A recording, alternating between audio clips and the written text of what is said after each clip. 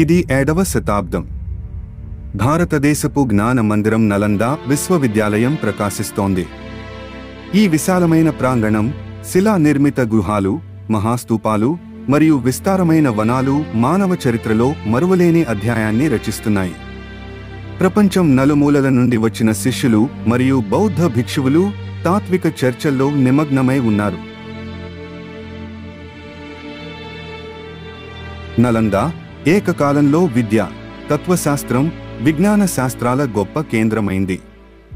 ఇక్కడ వందలాది మునులు మరియు విద్యార్థులు ఒకే ప్రాంగణంలో బౌద్ధ తత్వాన్ని, గణితాన్ని, ఖగోళాన్ని మరియు వైద్యం వంటి భిన్న విషయాలను అధ్యయనం చేస్తున్నారు. ఇది నలంద విశ్వవిద్యాలయ గ్రంథాలయం.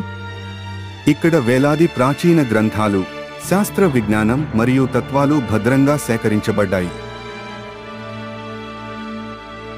ప్రపంచంలోని వివిధ దేశాల పండితులు మరియు చైనా, జపాన్, కొరియా, మధ్య ఆసియా నుండి పండితులు ఇక్కడికి వచ్చి తమ జ్ఞానాన్ని పంచుకుంటూ నూతన విషయాలను నేర్చుకుంటున్నారు.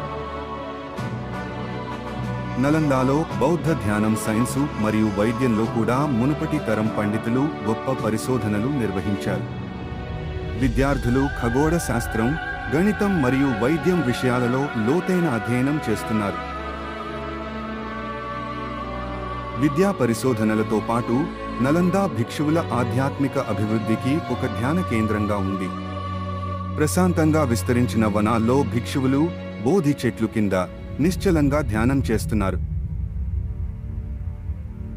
నలంద శిష్యులకు మరియు భిక్షువులకు అన్ని పదార్థాలు అందించేది.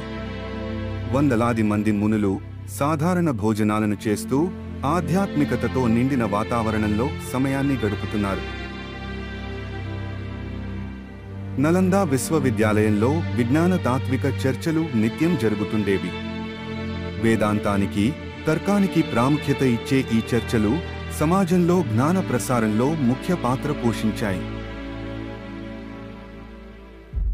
ప్రసిద్ధ చైనా బౌద్ధ పండితుడు జువాన్సాంగ్ నలందాకు చేరుకున్నాడు. భిక్షువులు అతన్ని సాదరంగా ఆహ్వానించారు. బౌద్ధ విద్య మరియు విజ్ఞానం గురించి సుదీర్ఘ చర్చలు జరుపుతున్నారు. నలంద విశ్వవిద్యాలయ నూతన మండపాలు, బౌద్ధ విహారాలు నిర్మించడానికి శిల్పులు, నిర్మాణకారులు కృషి చేస్తున్నారు. విద్యార్థులు ఇంకా కొత్త అధ్యయన ప్రాంగణాలను కాంక్షిస్తున్నారు. నలంద ఖగోళ పరిశోధనలకు కూడా ఒక ప్రఖ్యాతి ఉంది. మునులు మరియు శాస్త్రజ్ఞులు ఆకాశం వైపు చూస్తూ ఖగోళ పుత్రాలకు సంబంధించిన అధ్యయనాలను జరుపుతున్నారు. వారి అధ్యయనాల ద్వారా విశ్వాన్ని అర్థం చేసుకోవడంలో నూతన ప్రాప్తులు సాధిస్తున్నారు. నలంద మహావిద్యాలయం జ్ఞానంతో పాటు సాంస్కృతిక అభివృద్ధికి కూడా ఒక గొప్ప కేంద్రంగా ఉంది. వివిధ దేశాల కళాకారులు మరియు సంగీతకారులు ఇక్కడ ప్రదర్శనలు ఇస్తూ విద్యార్థులను మరియు పండితులను మంత్రముగ్ధులుగా మార్చుతున్నారు.